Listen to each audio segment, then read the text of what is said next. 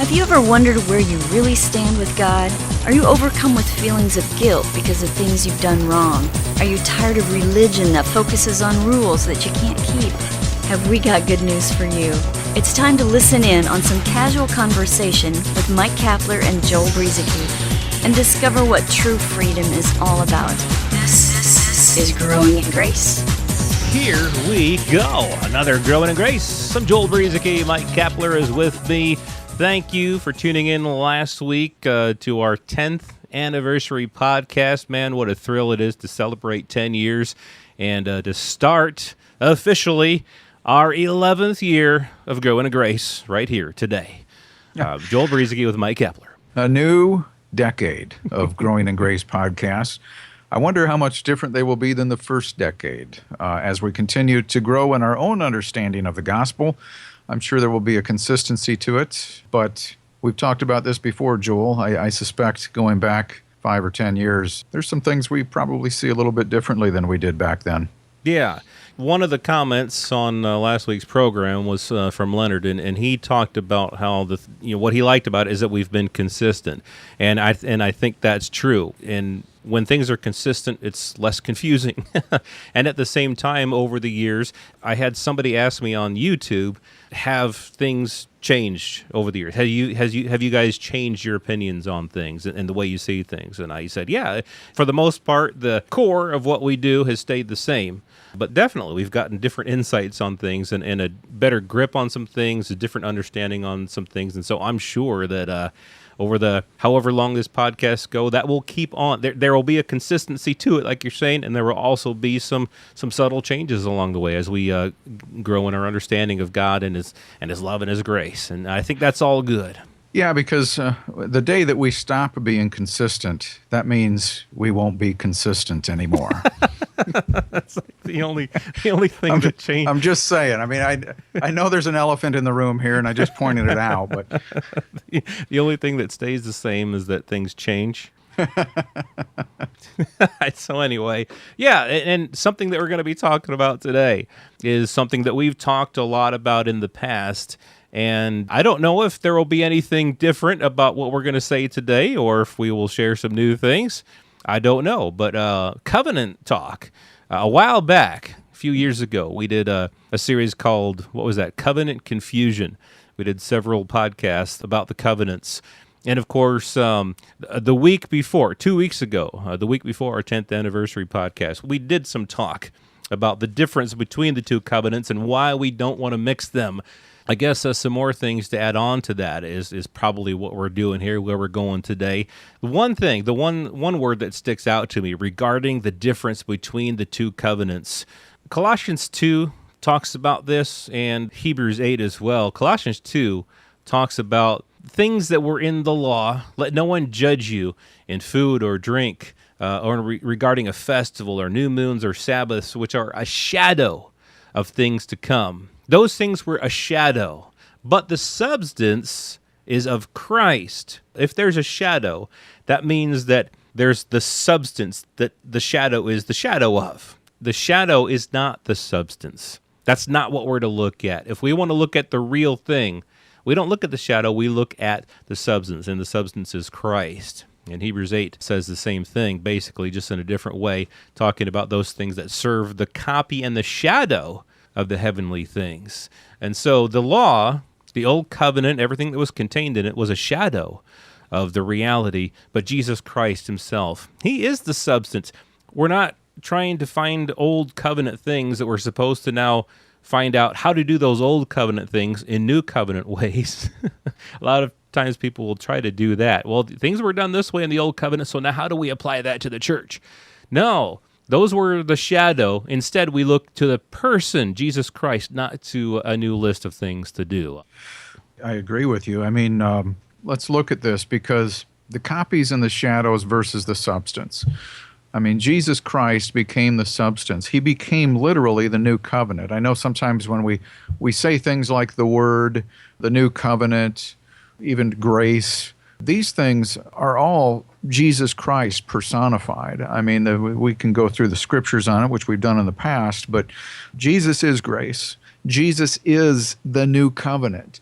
God prophesied this back in Isaiah, that I will give you as a covenant to the people. And remember what we talked about, I think even recently, where God said, I'm going to make a new covenant. And it's not going to be like the one I previously made with your fathers when he was speaking to Israel here. He said, this is going to be a different covenant. It will not be like the previous covenant. And so that relates to what you were talking about. Why would we want to take the old stuff and try to figure out how to apply at least portions of it to the new covenant? It wouldn't make any sense. But here's the beauty of the new covenant. In fact, I just had the opportunity to get together with an old friend of mine, and I got to share a little bit about the journey of grace that I've been on as we talked about the scriptures and the gospel, and it was fun being able to share some things where you could see the expression on his face. We were actually getting close to getting ready to leave, but after talking for over an hour, and it's fun watching somebody's expression where even sometimes just the dimmest light bulb comes on above their head. You can see it in their eyes. Right. But with this covenant, you see, you and I can't mess it up. And I went through much of my Christian life, many years, worried about messing up this covenant that I had between me and God. And it was really a burden, because sometimes I felt like I was living up to what I thought the agreement was. At other times I wasn't. And that was a bummer place to be. So why can't we mess up this covenant? Why are we not going to goof it up? Because the covenant occurred between the Father and the Son. The reason we're in the new covenant is because we're in Christ, who is the new covenant. But the agreement, so to speak, the covenant itself, was something between the Father and the Son, and the shed blood of Jesus Christ. And he is the substance. And there's plenty of copies and shadows. And much of that Old Testament stuff, Joel, it is great, even for us Gentiles who were never under that covenant. It is still great to be able to go back and learn about it, to realize what it was that brought us to where we are now. But we don't apply the old to the new. We don't mix them together. That's right. They can't be mixed together. And like you said, the wonderful thing about this is that we can't mess it up. Hebrews 6 talks about these two unchangeable things. In order that by two unchangeable things in which it is impossible for God to lie. What are those two unchangeable things? It's God and God.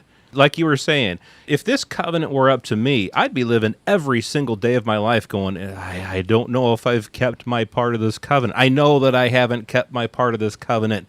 And I would be doomed. I would feel like a huge failure every single day, because I know that I can't do that.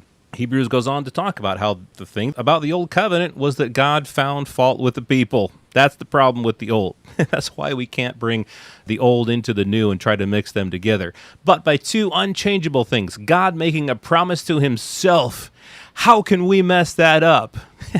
We're the beneficiaries of the promise that God made.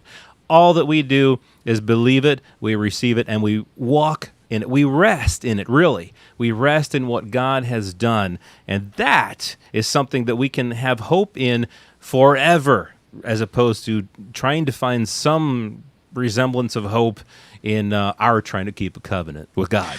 The law was, we've said this 100,000 times, but the law was not such a bad thing. It could not provide us with life. And it was a reflection of the perfection of God. So we know that the law was good. It demanded the same from us. It demanded that we fulfill that law, that it demanded that same virtue from us that it had, but it could not provide it for us. It could not give us the perfection that was needed.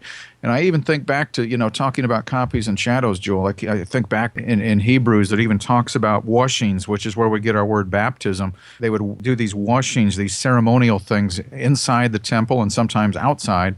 They would wash things. They would baptize them. They would cleanse them. And all of these things were to point us to the real thing, Jesus Christ, and the finished work that took place at the cross. Yep, it's all about that finished work. And Jesus Christ, he finished that work. It was his blood that was shed. That's another thing that makes this something that we can't mess up, because it wasn't our blood.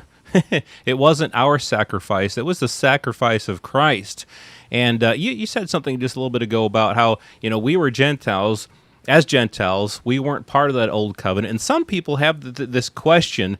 They question, because Hebrews talks about how Jesus says, I will make a covenant with Israel and the house of Judah, the house of Israel and Judah.